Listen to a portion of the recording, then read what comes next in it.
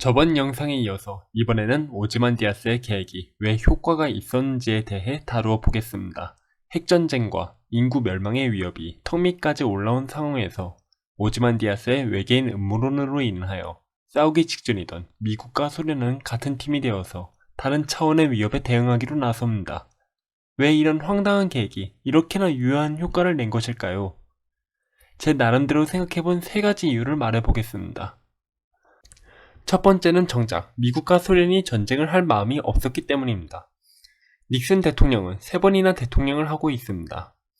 그러면서 정작 맨하탄이 지구를 떠나고 전쟁의 위험에 도래하자 이렇게 큰 결정은 내가 아닌 다른 누군가의 손에 떨어지기를 바랬다는 무책임한 말을 합니다. 사실 작중에서 닉슨 대통령은 냉전 체제의 가장 큰 수혜자 중 한 명이었습니다. 소련이란 적이 있었기 때문에 정권을 유지할 수 있었기 때문이죠.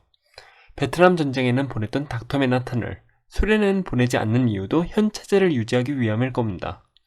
아마겟돈의 위험을 이용하여 그 덕을 봤지만 정작 아마겟돈의 상황을 마주하고 싶지 않은 겁니다. 이는 소련도 그다지 다르지 않을 겁니다. 그들은 맨하탄의 힘을 경계해서 거기에 맞춰 무기를 늘려야 했습니다. 미국이 현 체제를 유지하기 위해 맨하탄을 보내지 않는다고는 해도 그러한 상황이 언제까지 이어질 거라는 보장이 없었기 때문이죠. 오즈만디아스가 말한 무기가 두렵고 무기를 잃는 것도 등을 돌리는 것도 두려운 공포가 바로 이것일 겁니다. 그리고 닥터 맨하탄이 지구를 떠나자 소련은 전쟁을 준비합니다. 만약 전쟁에서 이긴다 해도 전리품을 챙길 수 없다는 것을 압니다. 상호 확장 파괴로 인해 본인들도 괴멸 직전에 피해를 입을 것이고 인류가 멸망할 수도 있기 때문입니다. 그럼에도 지금까지 무기 사업에 너무 많은 투자를 했고 이제 와서 무르기에는 너무 멀리 왔습니다. 결국 미국과 소련은 둘 다 전쟁을 하지 않아도 좋은 변명거리가 간절했던 겁니다. 어차피 다 죽자는 전쟁이었는데 외계의 위협이 있었다고 물은 점에서도 이런 추측이 가능합니다. 오즈만디아스는 인터뷰에서 인류 멸망의 위기에서 벗어나려면 우리 모두에게 달려있다고 말하며 우리가 아마겟돈을 원하는가, 신세계를 원하는가에 달려있다고 말합니다.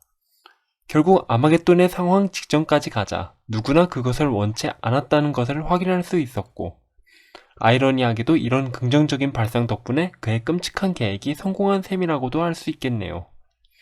오즈만디아스는 모든 위기를 극복할 수 있다고 믿는 낙관적인 사람이기 때문에 반대로 대학살을 하고도 동맹이나 타협을 맺을 수 있다는 인물이라는 생각도 듭니다. 두 번째 이유는 결국 이건 만화이기 때문입니다. 좀 무책임하게 들리기는 하겠지만 왓츠맨의 세계관은 실제 역사의 배경을 빌리기는 했지만 그렇다고 닥터 맨하탄 같은 존재가 실존하지 않는다는 것도 엄연한 사실이니까요. 맨하탄의 존재는 인류를 초월한 다른 대상에 대한 상상을 심어주기에 충분했을 겁니다. 왓츠맨의 세계관에서는 이미 화성의 외계인에 대한 영화가 많이 나오기도 하죠.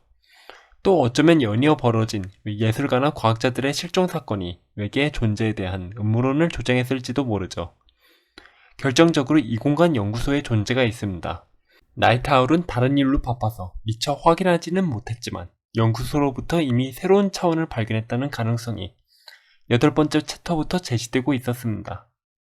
그리고 9번째 챕터에서는 이 이공간 연구소가 몰라크를 비롯한 암에 걸렸던 사람들이 일한 바 있는 디멘셔널 디벨롭먼트라는 회사의 지원을 받는다는 것이 나옵니다. 그리고 이 디멘셔널 디벨롭먼트는 피라미드 딜리버리로부터 지원을 받고 그 피라미드의 배후에는 오즈만디아스가 있죠. 결국 이공간 연구소의 새로운 차원에 대한 음모론은 오즈만디아스의 외계 침공 음모론의 사전 작업이라고 봐도 무방할 겁니다. 본래 역사대로라면 닉슨 대통령은 미국 최대 정치 스캔들 중 하나인 워터게이트 사건으로 인해 사임하게 됩니다.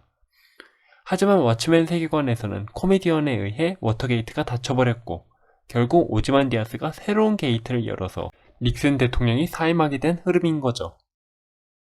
세 번째 이유는 사람들 역시 전쟁의 분위기 속에서 지쳐 있었기 때문입니다. 무기가 두렵고 무기를 잃는 것이 두려운 공포는 비단 나라와 나라의 관계에만 있는 것이 아닙니다.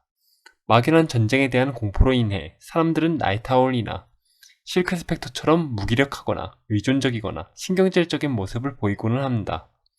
개중에는 나탑갱들처럼 마약에 의존하는 사람도 있고 굳이 그런 갱단이 아니어도 시비를 걸 수만 있으면 바로 싸우려 들고는 합니다. 굳이 냉전 시대의 첩보전을 끌고 올 것도 없이 자존심이 강한 사람들이 혹시 저 녀석이 나를 무시하나 싶은 생각에 자격지심을 느끼고 버럭 화를 내는 경우를 흔히 봐왔을 겁니다. 왓츠맨의 사람들은 모두가 그런 감정을 느낍니다. 이런 상태가 지속되면 어떻게 될까요? 지치게 됩니다. 진이 쭉쭉 빠지죠. 이러한 피로감은 작중 미디어에서도 잘 드러납니다. 오즈만디아스는 수많은 텔레비전을 통해 무작위로 채널을 돌려가며 거기서 근육맨, 고민형, 하트 등 폭력과 유아기의 이미지가 병치되는 것을 두고 이를 퇴행 욕구와 책임으로부터 자유로워지고 싶은 욕구로 읽어내고는 합니다. 그리고 전쟁이라는 결론을 내고는 심혈을 기울여 만든 문어 괴물을 떨어뜨립니다. 피로감에 찌든 사람들은 극단의 공포와 폭력을 동시에 맛보고 결국 공포와 타협하기에 이르게 됩니다.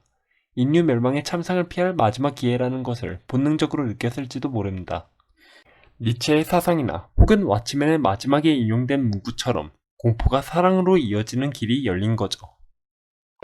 오즈만디아스의 문어 괴물은 그가 세상에 던지는 거대한 로르샤흐 테스트라고 봐도 될 겁니다.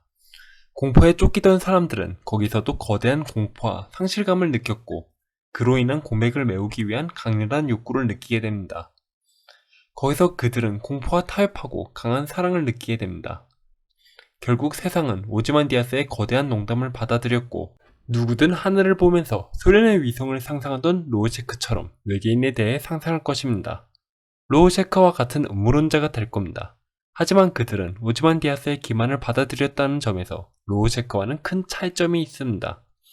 로우셰크가 이런 세상을 보고 어떻게 느꼈을지는 알 수 없지만 캡틴 카니지를 봤을 때와는 또 다른 종류의 강렬한 동족 혐오를 느꼈을지도 모르겠습니다. 범죄 현장에서 각성한 로우셰크와 지도를 보고 각성한 오즈만디아스는 차이점도 많지만 역시 닮은 점도 있다고 생각합니다. 이 둘은 닉슨 대통령과는 반대로 핵전쟁으로 인한 인류의 멸망을 이른바 아마겟돈을 저지하려다 아이러니하게도 아마겟돈을 일으킬 수 있는 행동을 합니다. 로우셰크가 오즈만디아스의 음모를 폭로하려 한 것이나 오즈만디아스가 닥터 맨하탄을 추방해 미국의 우위를 없애고 전쟁 직전까지 상황을 몰고 간 것이 이에 해당한다고 할 수 있죠. 특히 로우셰크의 경우는 작중 극으로 등장하는 해적선 이야기의 선장과도 같습니다. 선장은 해적들로부터 가족과 마을을 지키기 위해 죽을 위기를 수차례 넘기며 마을로 찾아가지만 창란 상태에 빠져 오히려 자기 손으로 가족을 해치게 되고 뒤늦게 나타난 해적선에 합류하면서 그들의 동료가 되고 마는 비극적인 이야기입니다. 이처럼 왓츠맨 내에서는 한 이야기가 다양하게 변주되고 반복되고 순환되는 모습을 보여줍니다. 우리 모두가 인간인 이상 어떤 공통분모를 나누고 있을지도 모릅니다. 한편 저번 영상에서 말했던 대로 오즈만디아스 이름의 주인 람세스 2세는 역사상 최초로 평화협정을 이루는 데 성공하지만 비판적인 역사가들은 이로 인한 평화선전 탓에 다른 제도의 개발이 뒤처져 발전의 발목을 잡았다고 평가합니다.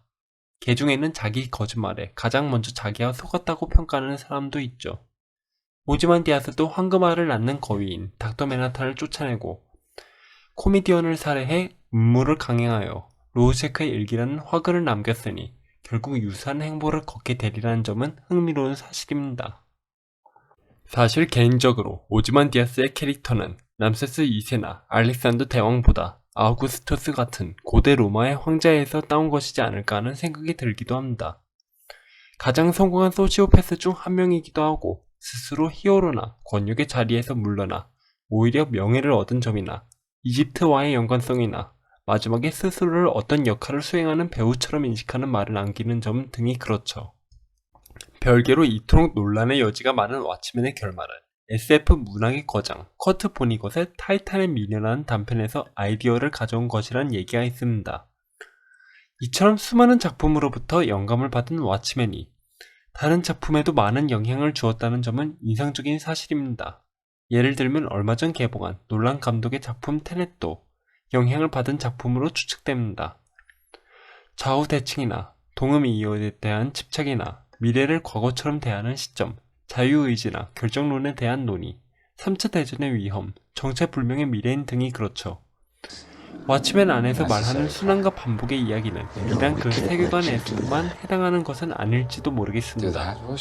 영상이 마음에 드셨다면 Not a comic 구독과 book 좋아요 villain. 부탁드리며 다음 Do you 영상에서 seriously think 뵙겠습니다. I'd explain my masterstroke to you if there were even the slightest possibility you could affect the outcome? I triggered it 35 minutes ago.